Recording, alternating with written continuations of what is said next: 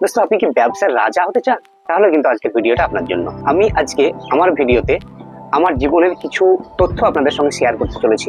চলুন জেনে নিই আজকের কি কি টিপস এই ভিডিওর মধ্যে আমি আপনাদের শেয়ার করতে চলেছি। আজকের টিপস নাম্বার 1, স্বচ্ছতা। আপনার কাছে যখন কোনো কাস্টমার কোনো প্রোডাক্ট কিনতে আসবে, তখন আপনাকে সেই প্রোডাক্টের ভালো দিকটা আগে বলতে হবে, তারপরে ওই প্রোডাক্টের খারাপ দিকটা কিন্তু অবশ্যই কাস্টমারকে জানাতে হবে। এর ফলে কি হবে, কাস্টমার বুঝবে যে আপনি শুধু তাকে পণ্যটা বিক্রি করছেন না, আপনি তাকে শেয়ার করছেন। আপনার কাছ থেকে সে পুরো জিনিসটা জানতে পারলো।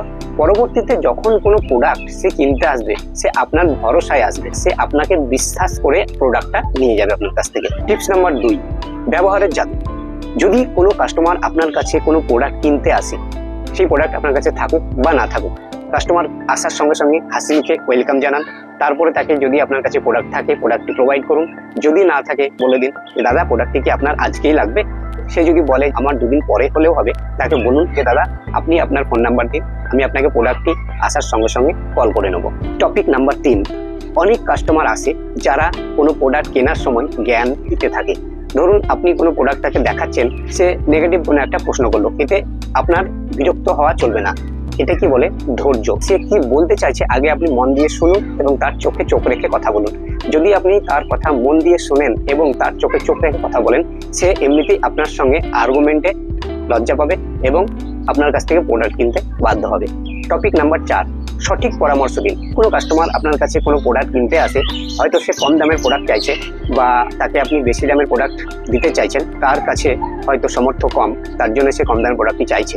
আপনি তাকে পুশ করবেন না, তাকে বোঝান যে দাদা আপনি যে প্রোডাক্টটি নিতে চাইছেন, এই প্রোডাক্টের এই ফ্যাসিলিটি আপনি পাবেন। তার পরিপ্রেক্ষিতে যদি আপনি এই প্রোডাক্টটা নেন, তাহলে কিন্তু আপনার এই ফ্যাসিলিটি থাকবে।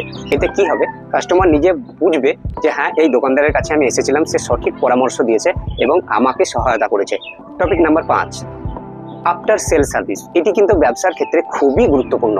কোনো কাস্টমার আপনার কাছ থেকে কোনো প্রোডাক্ট কিনে নিয়ে যাবে, তখন আপনি সেই কাস্টমারটিকে 1 থেকে 2 মাস পরে একবার ফোনে কথা বলুন যে দাদা এই দোকান থেকে বলছি, আপনি 2 মাস আগে আমার কাছ থেকে এই প্রোডাক্টটি কিনেছিলেন, দাদা প্রোডাক্টটি এখন কেমন চলছে। সে নিশ্চয়ই বলবে আপনার কাছ থেকে যে প্রোডাক্টটি আমি নিয়ে এসেছিলাম সেটা এই অবস্থায় আছে এবং এভাবেই চলছে। আপনি বলুন যে দাদা যদি কোনো সমস্যা হয় এই নাম্বারে একবার কল করে নেবেন, আমরা আপনার সহায়তার জন্য আছি।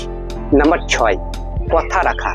আপনি যদি কোনো কাস্টমারকে বলেন যে আমি 6 তারিখে সন্ধ্যে 6টার মধ্যে আপনাকে এই প্রোডাক্টের ব্যবস্থা করিয়ে দেবো বা আপনার এই কাজটি হয়ে যাবে, আপনাকে যে কোনো হালে হোক কাস্টমারকে এই তারিখের মধ্যে, এই সময়ের মধ্যেই কল করে নেওয়া দরকার, যাতে করে কাস্টমার জানতে পারে যে হ্যাঁ আমার কথা মনে রেখেছে এবং তার কাছে আমি প্রোডাক্টের অর্ডার দিয়ে এসেছিলাম, প্রোডাক্টে আমি পেয়ে যাব। নাম্বার 7 এবং লাস্ট নম্বর টিপস, কৃতজ্ঞতা প্রকাশ বা গ্র্যাটিটিউড। যখন কোনো কাস্টমার আপনার কাছ থেকে পণ্য কেনার পরে তাকে বিদায় করছেন, সেই সময় একটি ছোট্ট কথা হলেও খুবই উপকারী এবং কাস্টমারের মন জয় করার মতো কথা, যে দাদা ধন্যবাদ, আবার আসবেন। এই কথাটি যদি আপনি কোনো কাস্টমারকে বলতে পারেন, কাস্টমারের মনে দাগ কেটে যায় এবং ওই কাস্টমারটি আপনি যে রিলেটেড প্রোডাক্ট বিক্রি করেন, সেই রিলেটেড প্রোডাক্টের প্রয়োজন হলেই আপনার কথাটা প্রথম মাথায় আসবে। আর কাস্টমার তখনই আপনার হবে যখন কোনো কাস্টমার বাড়ি থেকে আপনার দোকানে যাব বলেই বের হবে। সেই কাস্টমার কোনো দিন অন্য দোকানে প্রোডাক্ট কিনতে যাবে না। আজকের ভিডিওটি কেমন লাগলো অবশ্যই কমেন্টে জানাবেন এবং ভিডিওটি যদি ভালো লেগে থাকে একটি লাইক করে আরো ব্যবসায়িক বন্ধুদের সঙ্গে শেয়ার করতে ভুলবেন না। ধন্যবাদ, দেখা হচ্ছে পরের ভিডিওতে।